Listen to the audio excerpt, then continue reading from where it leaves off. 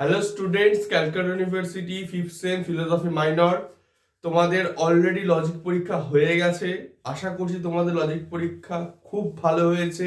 তোমরা আমায় কমেন্টে জানাও পরীক্ষা কেমন হয়েছে, কমন পেয়েছো কিনা, কেমন কোয়েশ্চেন্স লেগেছে, করতে পেরেছো কিনা, কোনো যদি তোমাদের ওই লজিক পেপার সম্পর্কিত কোয়ারিজ থাকে সেটাও আমাকে জানাও, আমি নিশ্চয়ই তার সলভ বলবো।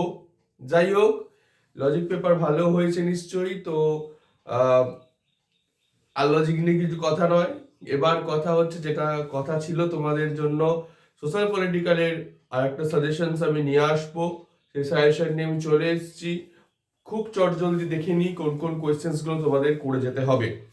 তো প্রথমেই মার্কস আর গান্ধী, এই দুটো জায়গা ভীষণ ইম্পর্টেন্ট জায়গা।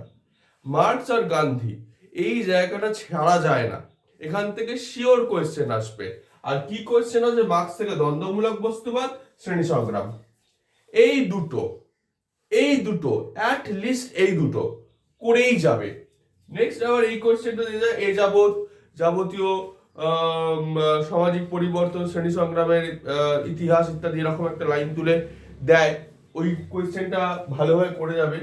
তো নেক্সট হচ্ছে গান্ধী। মার্কস হলো গান্ধী রচিতন্ত্র সত্যাগ্রহ সর্বদয়, রচিতন্ত্র সত্যাগ্রহ সর্বদয় এটাও দিতে পারে, কিংবা গান্ধী 15 নম্বরের পুরো দিতে পারে। পুরো উত্তর লেখার জন্য এই তিনটেই ওর মধ্যে থাকবে।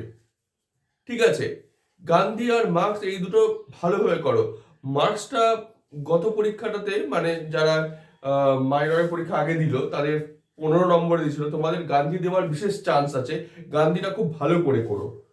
নেক্সট, ব্যক্তি ও সমাজের সম্পর্ক, সামাজিক চুক্তির মতবাদ, আঙ্গিক মতবাদ। সামাজিক চুক্তির মতবাদ, আঙ্গিক মতবাদ, ভাববার্তা ওদের দিয়েছে, তোমরাও ভাববার্তা করতে পারো। আমি বলবো ভাববার্তা আর সামাজিক চুক্তির মতবাদ দুটোই করো।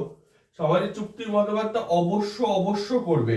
আঙ্গিক মতবাদ না করো না করবে, কারণ আঙ্গিক মতবাদ একটা খুব ছোট মতবাদ, ওটা 5 বা 10-এর বেশি দেবে না। কিন্তু ভাববাদ আর সামাজিক চুক্তির মতবাদ দুটো 15 নম্বরের কোয়েশ্চেন, তাই আমি এখানে ভাববাদটাও লিখে রাখলাম।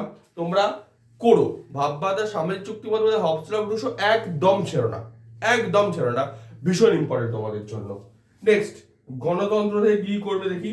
প্রত্যক্ষ পরোক্ষ গণতন্ত্র, উদারনৈতিক গণতন্ত্র আর গণতন্ত্রের ত্রুটি, এই তিনটে।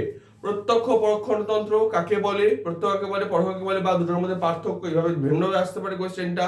আর আসতে পারে হচ্ছে গণতন্ত্রের ত্রুটি। গণতন্ত্রের ত্রুটি কি, এই জায়গাটা খুব ভালো করে রেখো। আর উদারনৈতিক গণতন্ত্র বলতে কি বোঝো, উদারনৈতিক গণতন্ত্রের বৈশিষ্ট্য, এই কোয়েশ্চেনটা আগেরটাতে দেয়নি, এই কোয়েশ্চেনটা তোমরা একদম ছেড়ো না, এই কোয়েশ্চেনটা ভালো করে করেছো। নেক্সট এই জায়গাটা হলো, এবার আসি পরিবার থেকে। পরিবারের সংজ্ঞা, কার্যাবলী, বৈশিষ্ট্য, একদম স্ট্যান্ডার্ড কোয়েশ্চেন। এই কোয়েশ্চেনটাই পরিবার থেকে প্রত্যেকবার আসে, এই কোয়েশ্চেনটা একদম করে যাও। এটা ধরো এসেই গেছে। নেক্সট, সংঘ কি, প্রতিষ্ঠান অনুষ্ঠান কি, সংঘ প্রতিষ্ঠানের মধ্যে পার্থক্য, এইটা হাসপাতাল, সংঘ না প্রতিষ্ঠান, এই কোয়েশ্চেনটা।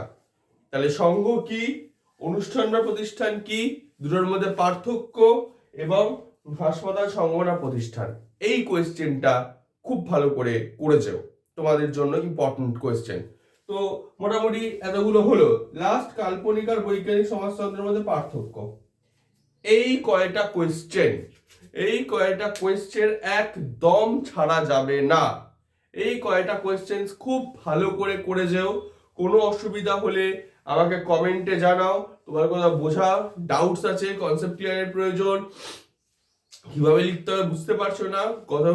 গত ভিডিওটাতে অনেকে কমেন্ট করেছো, তাদের আমি উত্তর দিয়েছি, তোমরাও কমেন্ট করো, তোমাদের আমি উত্তর দেব। তো অসুবিধা থাকতেই পারে, সেটা কোনো লজ্জার বিষয় নয়। আমি তার জন্য রেডি আছি, তোমাদের জন্য যে কি কোয়েরি করছো তার উত্তর দেওয়ার জন্য আমি সবসময় প্রস্তুত। তোমরা এই কোয়েশ্চেন্স গুলো অবশ্যই দেখে যেও। এই কোয়েশ্চেন্স গুলো থেকে তুমি যথেষ্ট কমন পাবে, যথেষ্ট 70-80% কমন তো মিনিমাম পাবে। তো এইটুকুনি আমি তোমাদের ভরসা দিতে পারি। আগের বারে MN4-এ যারা পরীক্ষা দিয়েছে তারা 100% কমন পেয়েছে, তোমরাও পাবে। তো অসুবিধা নেই, তোমাদের সময় আছে, ভালোভাবে দেখে নাও, ভালোভাবে করে নাও। কোনো প্রবলেম থাকলে কোনো জায়গায় ডাউট থাকলে আমাকে কমেন্টে জানাও, তার আমি সলিউশন বলে দেবো। যাই হোক, এই ছিল ভিডিও, বেশি বড় করব না, তোমাদের পড়তে হবে। তো এই ছিল তোমাদের সাজেশন, তোমরা ভালো করে করে যাও। অল দ্য বেস্ট, খুব ভালো পরীক্ষা হবে, তোমরা খুব ভালো করে পড়তে থাকো। আর হয়তো তোমাদের এইবারে ফিলোসফি শেষ হয়ে যাচ্ছে, পরে যাদের ফিলোসফি আছে তাদের সাথে আবার কথা হবে। তারা কি চাও, কি জানতে চাও, সেটা আমাকে কমেন্ট করবে। যাই হোক, সেটা অনেক পরের কথা। কালকে পরীক্ষা আগে খুব ভালো করে দাও, তোমাদের পরীক্ষা খুব ভালো হবে, এটি ঠাকুরের কাছে প্রার্থনা করি। আর অবশ্যই আমার চ্যানেলটিকে সাবস্ক্রাইব করো, লাইক করো, শেয়ার করো। অসংখ্য ধন্যবাদ, নমস্কার।